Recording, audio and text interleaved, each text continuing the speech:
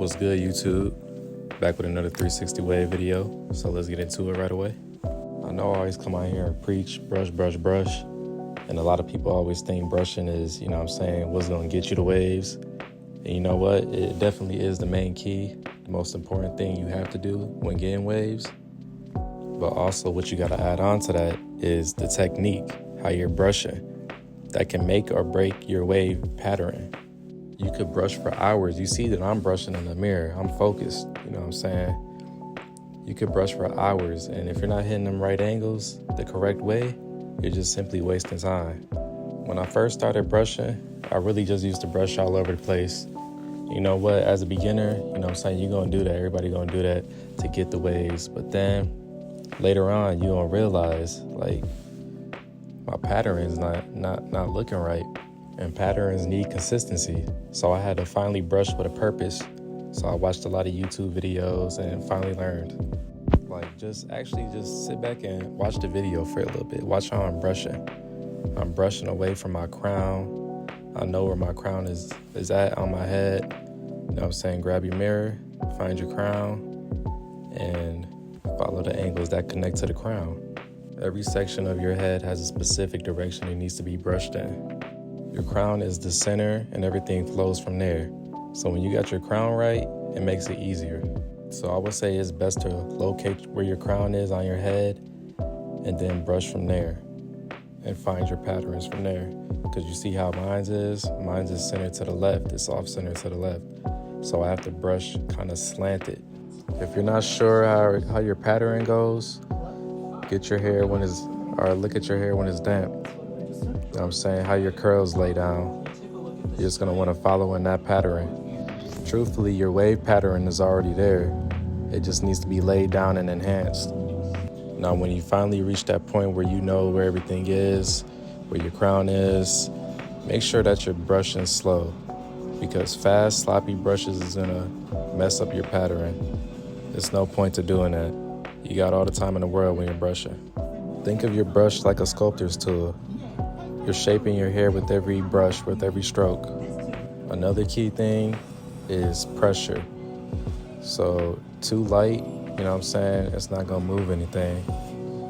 If you're applying too much pressure and just brushing hard as hell, that could cause forks, it could irritate the scalp. You want firm, consistent pressure. Just let the brush do the work. It's also important to brush in front of the mirror, especially when learning your angles and pattern. Your mirror is gonna show you if your brush strokes are aligned properly. You'd be surprised how much we're just brushing without the mirror and we don't realize how off our hands are when we're brushing. That could throw off the whole pattern and cause a lot of forks. So I think about it like this. Brushing without a mirror to me is like driving blind, to be honest. You need to see where you're brushing around the crown, especially, because that's where, stuff can get tricky. And since we're on the crown topic, that is literally the centerpiece of everything. Like I said, that's where the flow comes in play. That's where everything flows. Once you got your crown mastered, which is the hardest thing to master. Once you got your crown mastered, I swear, that's when you hit the elite wave status. I'm not even there yet, to be honest. I've been trying to get my crown right since forever now. And I really just started, started taking it seriously. But like I said, make sure you're not just avoiding that area. Make sure you're not just brushing over it. Take good care of your crown and you're gonna see good results.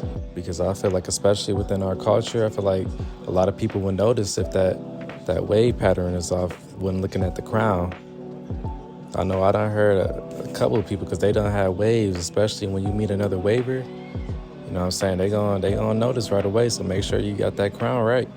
But yeah, just to wrap this video up, like I said, the key thing to having great waves is technique, consistency.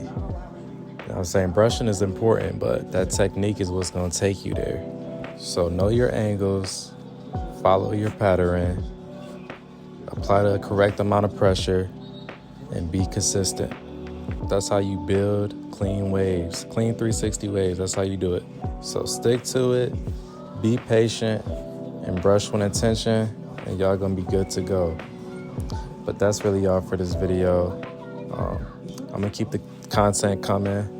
Y'all keep sharing, y'all keep liking, y'all keep subscribing, and please comment. I don't be seeing no comments. That's all I want y'all to do is comment.